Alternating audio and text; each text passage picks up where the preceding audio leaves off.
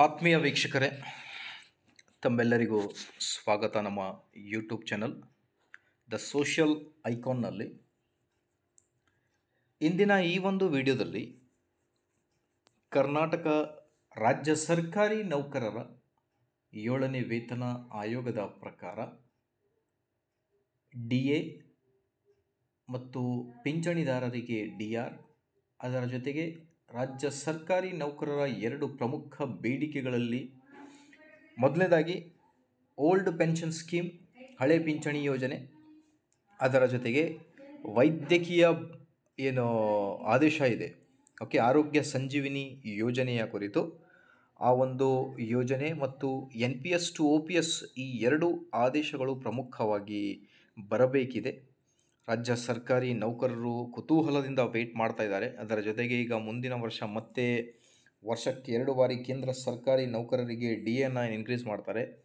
ನಮ್ಮ ರಾಜ್ಯ ಸರ್ಕಾರಿ ನೌಕರರಿಗೂ ಮತ್ತು ಪಿಂಚಣಿದಾರರಿಗೂ ಕೂಡ DAಯನ್ನು ಈಗ ಮತ್ತೆ ಜನವರಿಯಲ್ಲಿ ಎಷ್ಟು ಬರುತ್ತೆ ಅನ್ನೋದ್ರ ಬಗ್ಗೆ ಒಂದು ಕುತೂಹಲ. ಆಲ್ರೆಡಿ ಈಗ 2.25% ಕೊಟ್ಟಿದ್ದಾರೆ, ಕೇಂದ್ರಕ್ಕೆ 3% ಇದ್ದಾಗ. ಮತ್ತೆ ಈಗ ಕೇಂದ್ರ ಸರ್ಕಾರಿ ನೌಕರರಿಗೆ 3% DA ಬರಲಿದೆ ಅನ್ನೋದರ ಬಗ್ಗೆ ಮಾಹಿತಿ ಇದೆ. ಹಾಗಾಗಿ ಕೇಂದ್ರಕ್ಕೆ ಮತ್ತೆ 3% DA ಬಂದರೆ ನಮ್ಮ ರಾಜ್ಯ ಸರ್ಕಾರಿ ನೌಕರರಿಗೂ ಕೂಡ DA ಇನ್ಕ್ರಿಮೆಂಟ್ ಆಗುತ್ತೆ. ಅದರ ಜೊತೆಗೆ ವೀಕ್ಷಕರೇ, ಇಲ್ಲಿ ಗಮನಿಸ್ತಿರ್ಬೋದು ಸ್ಕ್ರೀನ್ ಮೇಲೆ 2025ರ ಫೆಬ್ರವರಿಯಲ್ಲಿ ಬಜೆಟ್ ಮಂಡನೆಯಾಗಲಿದ್ದು 18 ತಿಂಗಳ DA ಬಾಕಿ ಕುರಿತು ಚರ್ಚೆ ಮತ್ತು ತೀವ್ರಗೊಂಡಿದೆ. ಕೇಂದ್ರ ಸರ್ಕಾರ ಬಜೆಟ್ನಲ್ಲಿ ಬಾಕಿ ಹಣ ನೀಡುವ ಬಗ್ಗೆ ಚಿಂತನೆ ನಡೆಸಬಹುದು ಎನ್ನುತ್ತೇವೆ ನೌಕರರ ಸಂಘಟನೆಗಳು.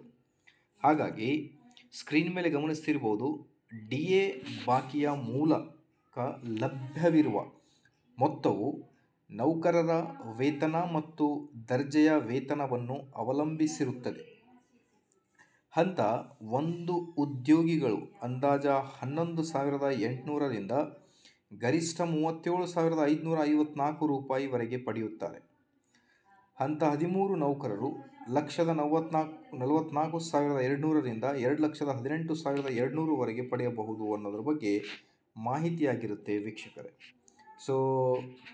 ಮೊಟ್ಟ ಮೊದಲನೇದಾಗಿ 18 ತಿಂಗಳ DA ಬಾಕಿ ಹಣದ ಕುರಿತು ಏನು ಚರ್ಚೆ ನಡೀತಾ ಇದೆ, ನಮ್ಮ ರಾಜ್ಯ ಸರ್ಕಾರಿ ನೌಕರರು ಕೂಡ 18 ತಿಂಗಳ DA ಆದೇಶ ಬರಲಿ ಆದಷ್ಟು ಬೇಗ. ಅದರ ಜೊತೆಗೆ ಮುಂದಿನ ವರ್ಷ ಮತ್ತೆ ಜನವರಿಯಲ್ಲಿ ಮತ್ತೆ ಕೇಂದ್ರಕ್ಕೆ DA ಬಂದರೆ ನಮ್ಮ ರಾಜ್ಯ ಸರ್ಕಾರಿ ನೌಕರರು ಕೂಡ DA ಜಾರಿಯಾಗಲಿದೆ.